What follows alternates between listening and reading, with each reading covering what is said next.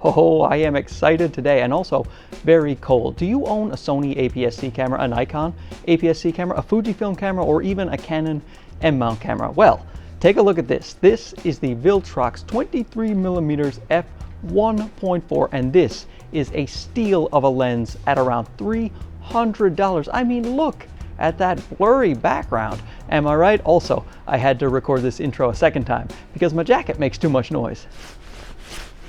Let's talk about it.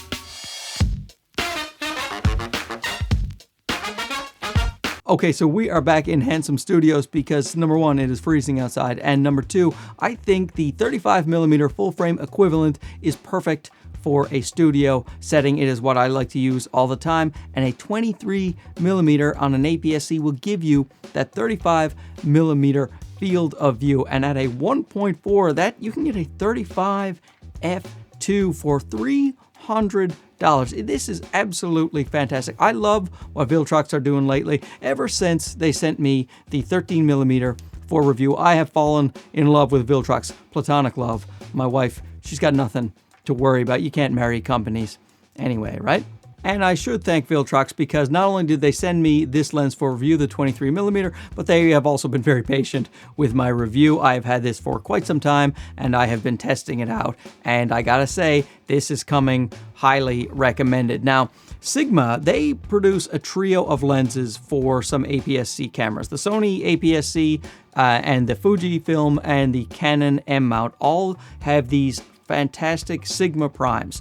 The 16mm, the 30mm, and the 56. But the thing is, the Viltrox 13mm and the 23mm, these have become companions to those lenses of mine. Now, on the Nikon system, they actually don't have the Sigma lenses, but if you have the other system, you often do have those Sigma lenses, but there's no 23 or 24, and I have been looking for a 23 or 24 for some time now. I actually tried out a Tamron 24 2.8, but that was very noisy and the autofocus was very slow.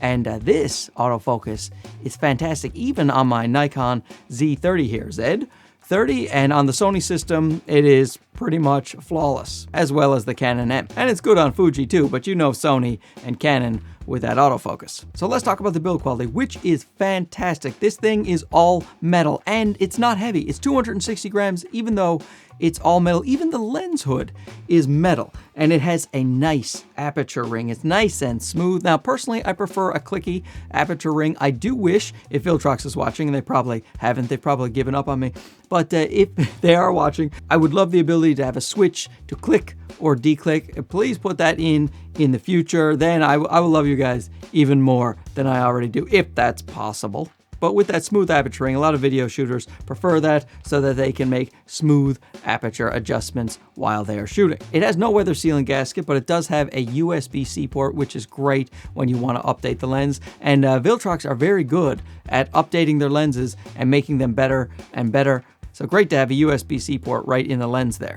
I really like the look of the lens and the text that is on there, and this will be the text that you see on all of the lenses going forward. They used to, on the Sony and the Fuji, it used to be a big bold gold text there where it says autofocus 23mm 1.4. Well, now that is all uniform like the Nikon Z and the Canon M. There is a small amount of focus breathing, but it is well controlled. It is not as great as the 13mm from Viltrox, but it is quite good. So with an aperture of 1.4, you're talking about a lens that can give you a really nice blurry background and is also fantastic in low light. A lot of the reason that people don't want to buy APS-C cameras as opposed to full frame is they're worried about low light shooting, but you have nothing to worry about when you have a 1.4. It makes your little APS-C cameras beasts in low light to be able to let that much light in. And I think the way it blurs out the background is quite pleasing, as they say on the YouTubes. Now, with a great autofocusing lens that's a great build, an f1.4, and costs $300, you're not going to have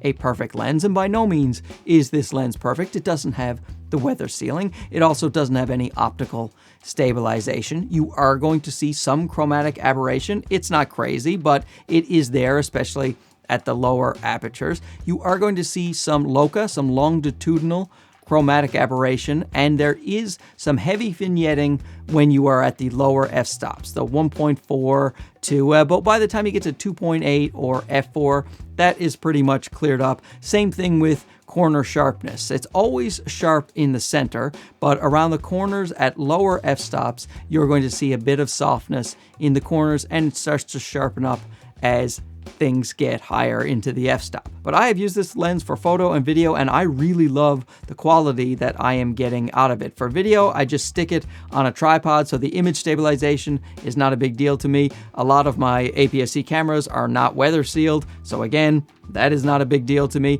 And in terms of the photos, I like to use this a lot for street photography or just, you know, family hikes, things like that. And the problems of bokeh, chromatic aberration, they really don't creep in to my photos to any noticeable degree. So for me, this is just a very high recommendation. It just fits perfectly in that 1.4 stable of primes that I love, like the Sigma Trio and also the Viltrox 13mm. Where is it? Oh, right here. Viltrox 13. I have this for 3 different camera mounts. I love this lens. And now that I've tested it, I love this lens because I have been looking for a 35mm full frame equivalent, and here it is. Hello, Mr. Nikon. Welcome to your new lens. All right, let's go back to old Marky, who is freezing his butt off out there. So now I'm going to try to keep my jacket quiet while I do this outro. Thanks again to Viltrox for sending out the 23mm f1.4. This is such a great lens at a ridiculously good price, and it fills a lot of holes in camera systems lineups, and you know what? It fills a hole in my heart. So I appreciate it, and I appreciate you guys for watching. Thanks. We'll talk to you again soon. Okay, bye-bye.